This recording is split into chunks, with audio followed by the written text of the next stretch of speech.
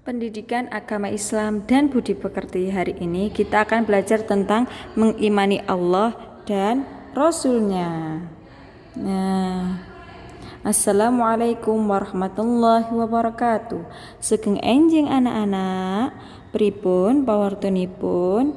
Mugi rahayu sedanten nggih. Mari membiasakan sebelum kita belajar jangan lupa untuk ambil alat tulis dan buku.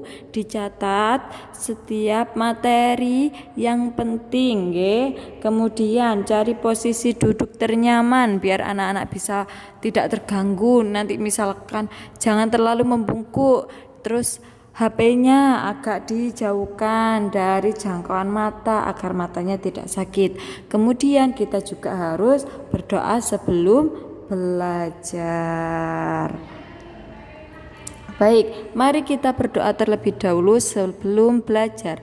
Bismillahirrahmanirrahim. Allahumma aftah alaina hikmatak وانشر علينا من خزائن رحمتك يا أرحم الراحمين ربنا زدنا علما وارزقنا فهما واجعلنا من عبادك الصالحين برحمتك يا أرحم الراحمين والحمد لله رب العالمين. Alhamdulillah, semoga pembelajaran kita hari ini dapat bermanfaat. Baik, kita langsung saja. Anak-anak tahu nggak apa saja rukun iman itu? Masih ingat? Mari kita mengingatnya. Jadi rukun iman itu ada 6. Mari kita menyanyi. Anak-anak tahu lagu itu? Aku punya anjing kecil. Kita menggunakan nada itu nggak ya? Baik, 1, 2, 3. Rukun iman ada 6. 1 kepada Allah, 2 kepada malaikat, 3 kepada kitab Rasul, 4 kelima hari kiamat, 6 kodok dan qadar. Rasul, 4 kelima hari kiamat, 6 kodok dan qadar. Mari kita menyanyi bersama-sama. Jangan lupa pakai nadanya yang aku punya anjing kecil nih nggih. 1, 2, 3. Rukun iman ada 6. 1 kepada Allah, 2 kepada malaikat, 3 kepada kitab Rasul, 4 kelima hari kiamat, 6 kodok dan qadar. Rasul, 4 kelima hari kiamat, 6 kodok dan qadar. Bagi yang belum hafal silakan dihafalkan nggih pakai lagu ini supaya cepat hafalnya. Baik, kita langsung aja masuk ke materi. Jadi iman kepada Allah. Tahukah kamu apa itu iman kepada Allah? Iman kepada Allah adalah meyakini dalam hati, mengucapkan dengan lisan dan membuktikannya dengan perbuatan bahwa Allah itu ada dan hanya satu. Jadi anak-anak harus yakin di dalam hatinya bahwa Allah itu cuma satu, yaitu Allah Subhanahu wa ta'ala, dan mengucapkan dengan lisan dengan asyhadu alla ilaha illallah. Kita bisa juga aku bersaksi bahwasanya tiada Tuhan selain Allah. Jadi Allah itu hanya satu-satunya Tuhan yang wajib anak-anak sembah. Itu adalah iman. Selain itu tidak hanya diyakini di dalam hati dan diucapkan dengan lisan saja, tetapi juga dibuktikan dengan perbuatan, yaitu dengan menjalankan semua perintah Allah dan menjauhi larangannya. Misalkan perintahnya sholat, anak-anak juga menjalankan sholat. Sholat itu merupakan salah satu bukti bahwasannya anak-anak mengimani Allah. Baik, jadi iman kepada Allah yaitu meyakini dalam hati, mengucapkan dengan lisan, dan membuktikannya dengan perbuatan. Baik, selanjutnya yaitu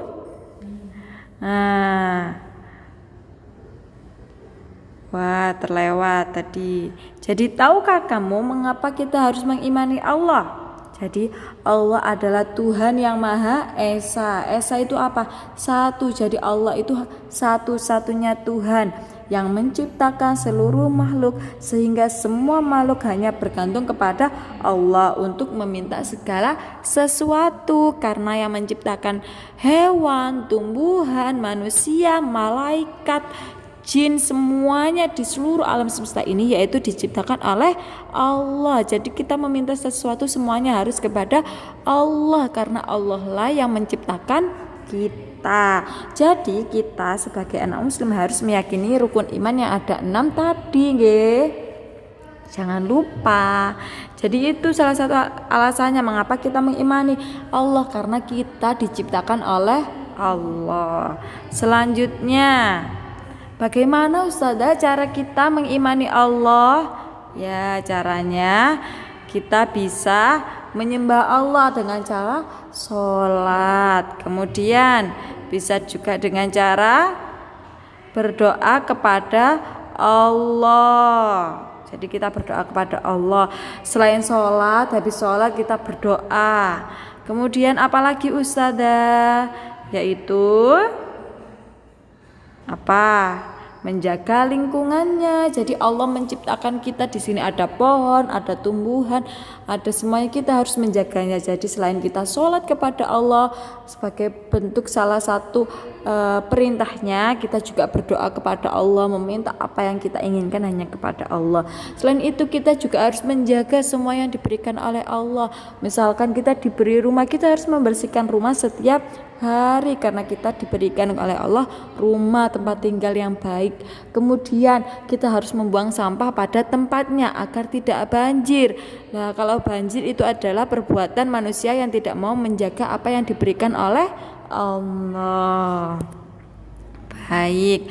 Nah, apa bukti bahwa Allah itu ada Ustazah?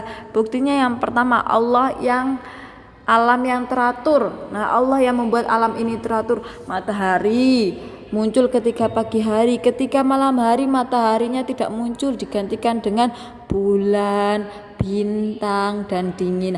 Ada panas, ada dingin, seperti niku nggih. Kemudian ada hujan juga, Allah yang mengatur semuanya. Ada angin, hujan, itu Allah yang bisa mengatur.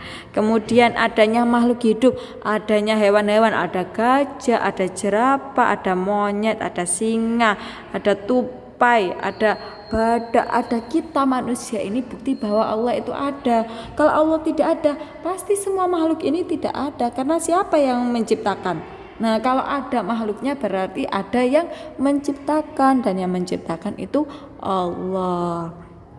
Kemudian yang ketiga yaitu ayat Al-Quran.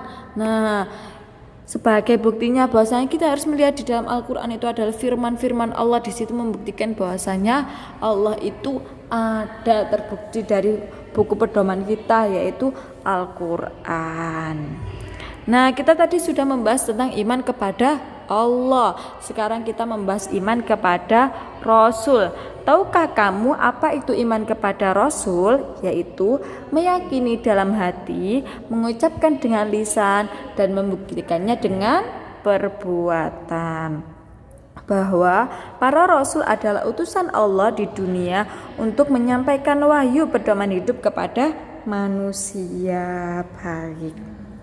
Jadi kita harus meyakini dalam hati. Tadi kalau Allah asyhadu alla ilaha illallah, sekarang kalau Rasul wa asyhadu anna Muhammadar Rasulullah. Nabi Muhammad itu Rasul apa tidak? Iya, Rasul, karena beliau menyampaikan wahyu, yaitu berupa Al-Quran yang dijadikan kita sebagai pedoman hidup sehari-hari, dalam ibadah, dalam semua perbuatan. Baik. Kemudian, tahukah kamu mengapa kita harus mengimani Rasul?